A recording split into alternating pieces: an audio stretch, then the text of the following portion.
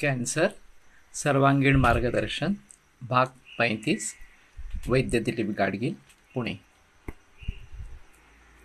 तो मैं चिंता और ये डिप्रेशन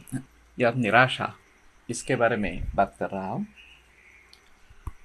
और किसी न किसी तरीके से इसके ऊपर काबू कैसे पाना है इसके बारे में विचार विमर्श चल रहा है। तो उसका मूल कारण क्या है, किसकी वजह से मुझे चिंता हो रही है, किसकी वजह से मुझे निराशा छा रही है, ये समझ लेना काफ़ी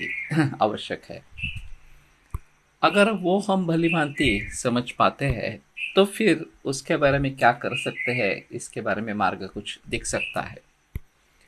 ऐसे ही सिर्फ चिंता में या निराशा में डूब जाएंगे तो भवितव्य बिल्कुल ही अच्छा नहीं रहेगा। तो ज़्यादातर जो मैंने बात कही कि मेरे जाने के बाद मेरे परिवारों का क्या होगा, मेरे जो सपने हैं जिनको मैं पूरा करना चाहता था उनका क्या होगा, परिवार की आर्थिक स्थिति की कैसी परिस्थिति रहेगी, ये प्रायः मुद्दे रहते हैं। तो उनके बारे में गहराई में जाकर सोचे, सर्वांगीण विचार करें कि केवल हम एक दिशा से विचार करते रहते हैं और दूसरा कोई विचार ध्यान में आता ही नहीं है। तो और क्या मार्ग हो सकते हैं, हमारी सहायता कौन कौन कर सकते हैं, इसके बारे में अगर हम सोचेंगे तो उम्मीद है कि कुछ दूसरा मार्ग निकल आ। लेकिन इसके लिए दूसरों से बात करने की बहुत आवश्यकता इस प्रकार की है, खास करके जो हमारे अच्छे मित्र हो, हमारे परिवार के सदस्य हो, रिश्तेदार हो, जो हमारे हितचिंतक हो, उनसे अगर इसके बारे में हम बात करते हैं तो शायद कुछ ना कुछ हल समस्या का निकल आ सकता है। और फिर एक तरीके से हम इसके बारे में सोचने लगे कि पॉजिटिवली क्या करना है, तो उम्मीद ये भी बनती है कि रोग जो है वो कम होने लगता है, उसके लक्षण कम होने लगते हैं, तो हमें और भी उत्साह आता है और फिर हमारा मार्ग थोड़ा ज़्यादा आसान इस प्रकार का हो जाएगा क्योंकि हमें ज़्यादा समय मिलेगा। अगर हम पूरी तरीके से रोग से मुक्त हो जाए तो बहुत बढ़िया है, उसमें कोई संदेह ही नहीं है।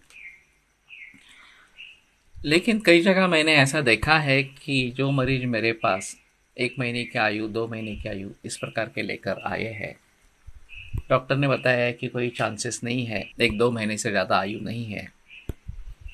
वो भी 5 बरस, 10 बरस, 18 बरस जिंदा रहे हैं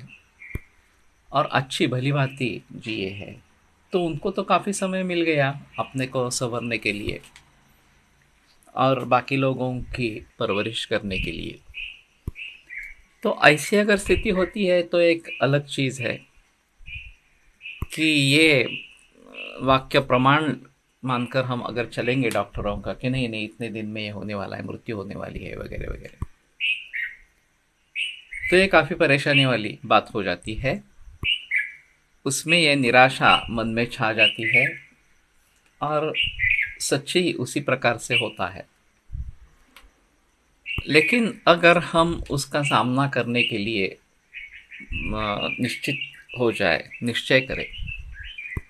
और जिन वजहों से ये निराशा छा रही है उन वजहों को समझ ले कि ये कारण है कि इसके कारण मुझे निराशा छा रही है, तो उसके लिए क्या समाधान हो सकता है, क्या मार्ग हो सकते हैं, उसके बारे में हम सोच सकेंगे। और फिर ऐसा करने पर कुछ ना कुछ रास्ता निकल आएगा और उस रास्ते पर चलने से हमें समझ में आएगा कि हाँ ये भी रास्ता कारीगर है, ये भी काम कर रहा है,